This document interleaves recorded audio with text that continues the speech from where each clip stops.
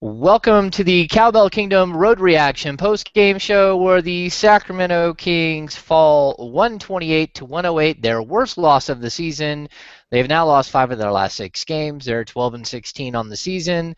Things are not going well. This was an embarrassment of a game, one that doesn't feel good for anyone, especially a former owner of the Golden State Warriors turned Sacramento Kings owner, Vivek Ranadive.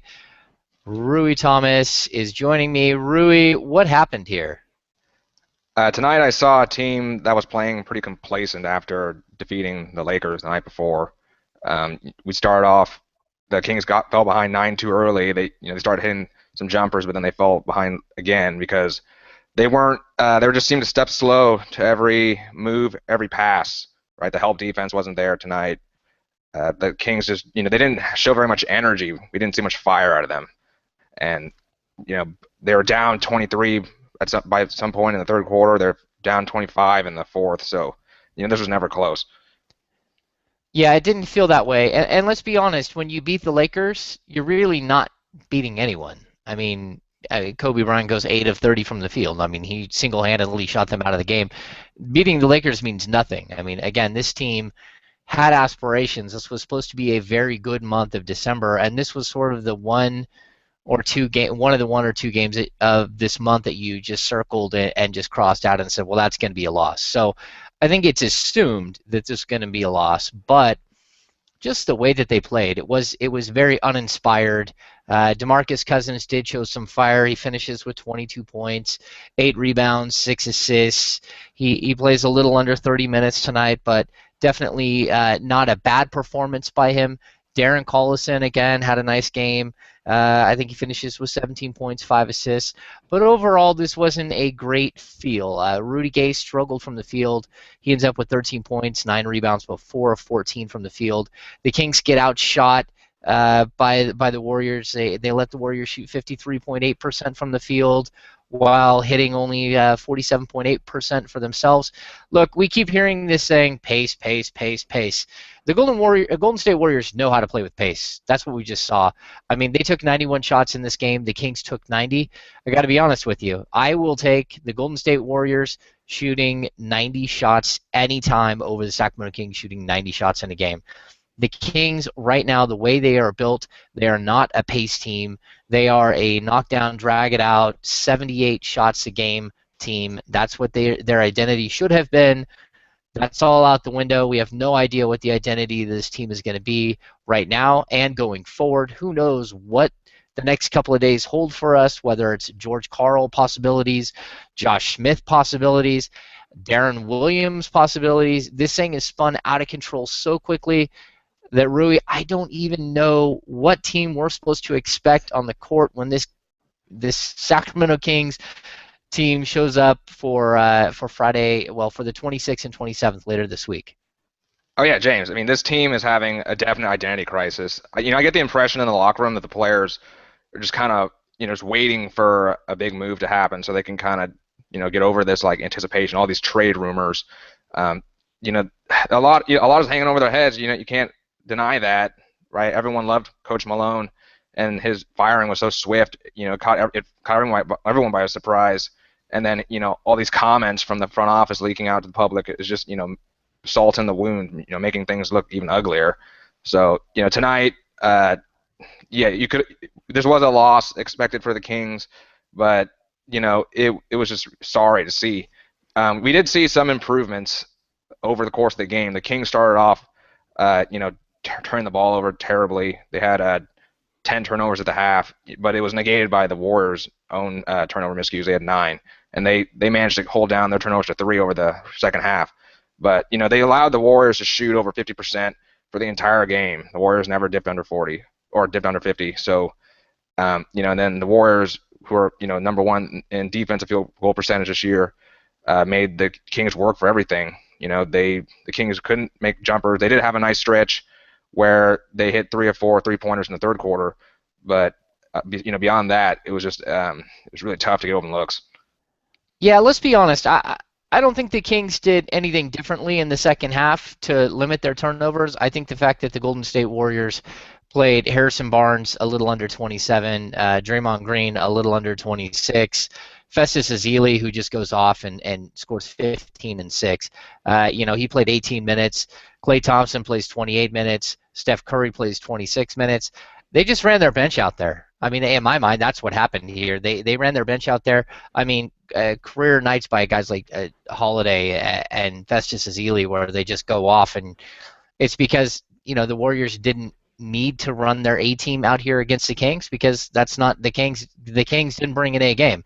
Thought a couple of things to point out tonight. After Derek Williams has been getting major minutes over the last couple of weeks, he still got 17 minutes tonight, but Omri Caspi had been injured. He missed 5 or 6 games due to a knee problem. He was very honest in the locker room with me. I think it was like a week and a half ago. He said it felt like someone was stabbing him behind his knee. He had had an MRI. He had an infection or sort of an agitation behind a bone in his knee that was pushing and hurting. But he played really well tonight in his first game back to the court. He was healthy to play the last 2 games, but was a scratch under Coach Ty Corbin. It could be because he couldn't practice. I'm not sure why. But Caspi, in almost 29 minutes, 7 to 10 from the field, finishes with 16 points, 8 rebounds, 3 assists. I'll say this about Caspi, and I made this point on Twitter while we were watching the game as well, that the main difference I see between Caspi and Derek Williams is that Derek Williams can run on the break. He can dunk on the break. The difference is that Omri Caspi can lead the break. He's a guy who really, throughout his career, has worked on his ball handling, and that's kind of what we saw tonight, this aggressive play by Caspi that really stands out. And I don't know, Rui, going forward, how do you see these two playing out as far as minutes? If you had your choice, Derek Williams or Omri Caspi? Well, if you're trying to win games, you would probably run out Caspi a little bit more. But if you're trying to make a big move, like the Kings front office is, you're going to showcase Derek Williams. Showcase. Yes, showcase Derek Williams to all scouts around the league because he is a freakish athlete. He definitely still needs work on his jumper. He's been practicing all offseason on straightening that out, but he's had some moderate success with it this season. But Caspi, yeah, he looked great tonight. He only had 1 turnover, and he does put the ball on the floor a lot. He was a bright spot on the bench. We saw Carl Landry drop in 12 points on 5-6 shooting in his 7 limited minutes. We saw both benches for both clubs, and for extended minutes tonight. And the Kings, while they only scored 11 points last night versus the Lakers, their bench, and they scored 39 tonight. The Warriors bench, which when you look at the names, is outstanding. They scored 62 points tonight. We saw Justin Holiday, who's Drew Holiday's older brother. Most people assume he's his younger brother, but he has a career-high 18 points tonight. And then we saw David Lee, who's missed all but 1 game this season. He returned and had a big impact. He was covering Cousins for good stretches tonight, and he scores 6 points, grabs 7 rebounds. So, and then Spades, who's having an awesome year, breaking out with 12 points. The bench for the Kings, another sore spot. They did a little bit better tonight, but the Warriors, you just see there's a deep, complete team. That's why they're the best team in the league. They are probably right now the best team in the league. I think that's safe to say, and I don't think that's like going out on a limb or anything. I think they are a very, very good team. They're a tempo team. I think they are going to have trouble in the playoffs when they go cold because they are a jump shooting team. They can score. But let's talk about transition defense because the the Warriors, they are a jump shooting team, but tonight they just laid it on the Kings in the paint, and a lot of that came in transition. So why don't you walk us through the Sacramento Kings transition defense tonight against the Warriors? I know one of the highlights of everything is going to be Draymond Green going coast to coast, not getting picked up at all, and then a 2-hand jam right over the top of the Kings while they're standing there watching. James, the Kings transition defense is a work in progress. The Warriors, just like their last match against the Kings on October 29th, they didn't do so well jump shooting. I mean, they went hot and cold tonight. They started the game 4 of 8 from deep, and then they had a 1 for 10 3-point shooting stretch after that. But they love to on the break. They lead the NBA in fast break points, and they love to pull up for jumpers. They don't always take it to the hole. And The Kings, they reacted slowly to that on October 29th, same way tonight, which is a big reason why the Warriors offense had their way. Yeah, definitely. All right. So winning inside, the Warriors don't allow easy shots. Again, I think that's we're talking about the same thing almost here. The Warriors killed the Kings in points in the paint tonight. I mean, it was dramatic.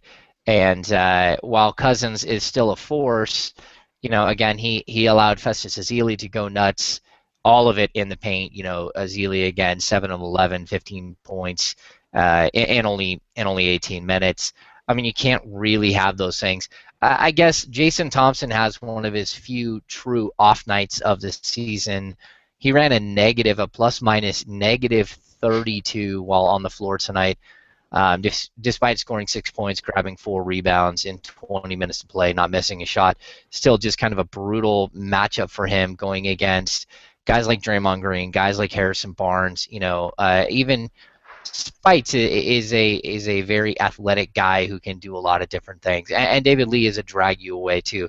So where did you have the winning inside battle tonight? The Kings definitely lost. You'd expect with Bogut out with his knee issue, the Kings would have a little bit easier job than in the opener. But Festus Ezeli comes out of nowhere to record 15 points on 7 of 11 shooting, at 3 boards and 2 blocks.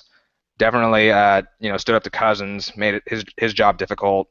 And yeah, as you were saying with Thompson, his minutes were inconsistent. He seems to, struggle covering the stretch fours for the Warriors. And then we only saw Landry play 7 minutes. We saw the Kings try to match up small with the Warriors. And, I guess the Warriors, Draymond Green's our starting power forward, and he's 6'7". But, he definitely likes to get physical and go down low. So, the Warriors as a whole, they took it to the Kings physically, and they outscored them by 20 points in the paint, I believe. Yeah, this is one of those games that's really strange because the Kings should have been able to dominate them in the post. And I knew coming into this game, the key to this game for me wasn't pace. It wasn't holding X amount of three-pointers.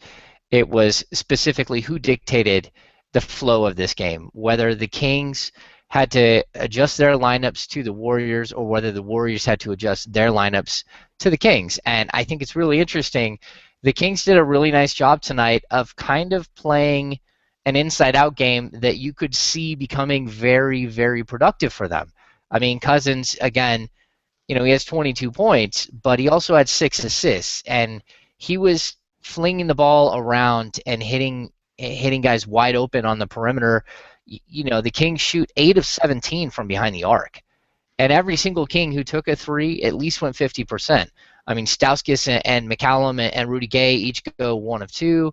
You get 3 out of McLemore, who's just completely turning it on right now. He's been playing great ball. And Collison goes 2 of 4. I guess Derek Williams did miss a three-pointer. But this team is improving as a perimeter team, and in order for them to take the next step, they're going to need to sort of switch the way that the game works, right? You're going to need to play inside out with Cousins. And tonight we saw a little bit of that. Now, you already talked about our third point of the night, which is turnovers. Let's get to the turnover battle because I actually thought that the Kings figured out a way to kind of calm down, and this was one of their better turnover games of the last, I don't know, say however many games are in the season, 25, 26 games. Oh yeah, the Kings have been struggling with taking care of the ball all season. In that opener versus the Warriors, they had a season high 26, and tonight they definitely, well, the first half they were looking they're like their same sloppy selves. They lost 5 in the first and 5 in the second, but then they definitely managed the ball better.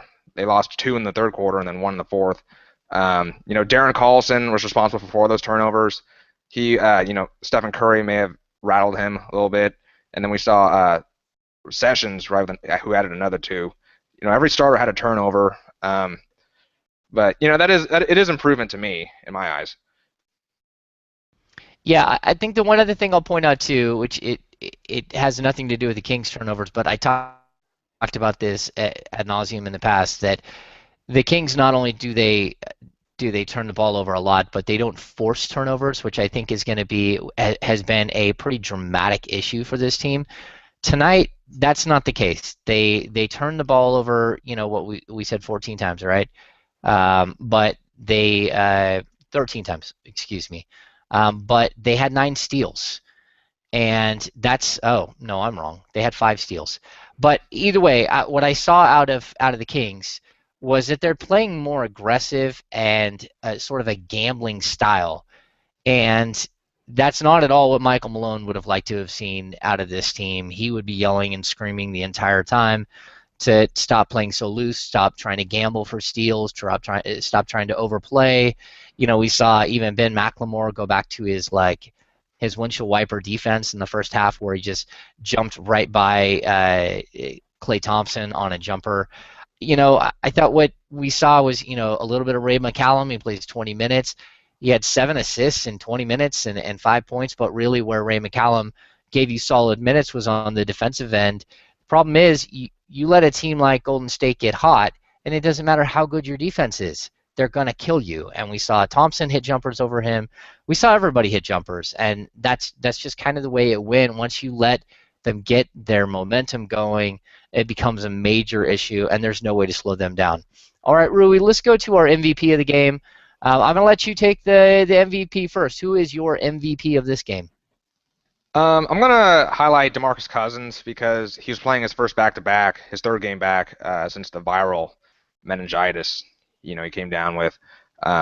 He shot 9 for 19. He had 22 points, 8 rebounds, and finding others. He had 6 assists, and only 2 turnovers. He's been dropped. He's been having a turnover issue this season. So he only played 30 minutes. Sat at the end of the fourth, but it was good to see him. Hold up well out there. On the back-to-back.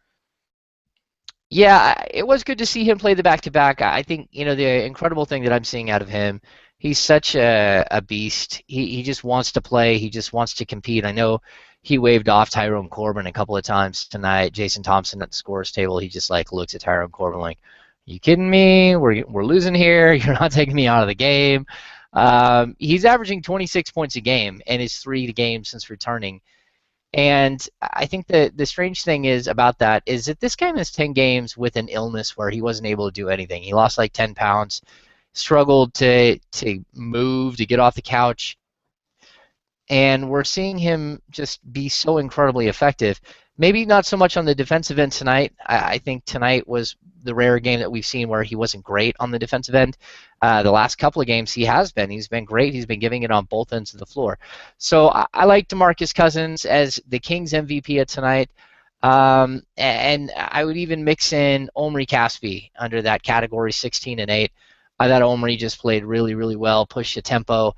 He seems to be the one King that understands how to play this style of offense, right? Or when you're going against a team like the Warriors, I mean, you could see Caspi fitting right into that Warriors team and doing some incredible things.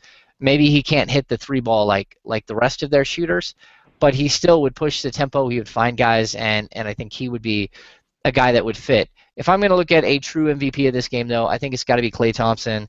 Thompson finishes with 25 points in 28 minutes. He just ripped the heart out of the Kings every time they even made any run, and he's developed into such a strong player, not only as a shooter and a defender, but he's taking guys off the dribble. He's hitting a mid-range jumper. Man, he is really an impressive player, a guy that I don't know that a lot of people thought he could be good coming out of college. But, some personality quirks, some attitude issues coming out of college. And I don't think anyone saw him being this productive. Sure, it's a system that's making him productive. It's the fact that he's playing alongside, one of the quickest, best shooting players that the NBA has ever seen in Steph Curry. But Klay Thompson, to me, is the MVP of this game. Just for the sheer fact that the Warriors won by 20. So, Rui, what else you got for me? Because we're about to wrap this thing up.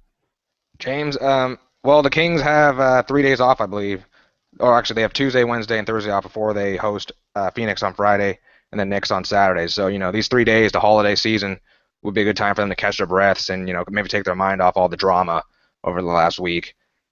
Phoenix right? They beat them earlier in the season in the double overtime, and then the Knicks are struggling badly this year. They're 5-25, so this is a chance for the Kings to maybe finish the year out strong. Interesting. You think there's going to be no drama? I think the next 3 days are going to be drama filled. I think everyone is going to want to know what happens at 5 o'clock on Christmas Eve when Josh Smith clears waivers. I think that everyone is going to want to know if George Karl might get hired before we see, the Kings hop back in and play later this week. That may not happen. Neither of them may happen. The Darren Williams trade may not happen.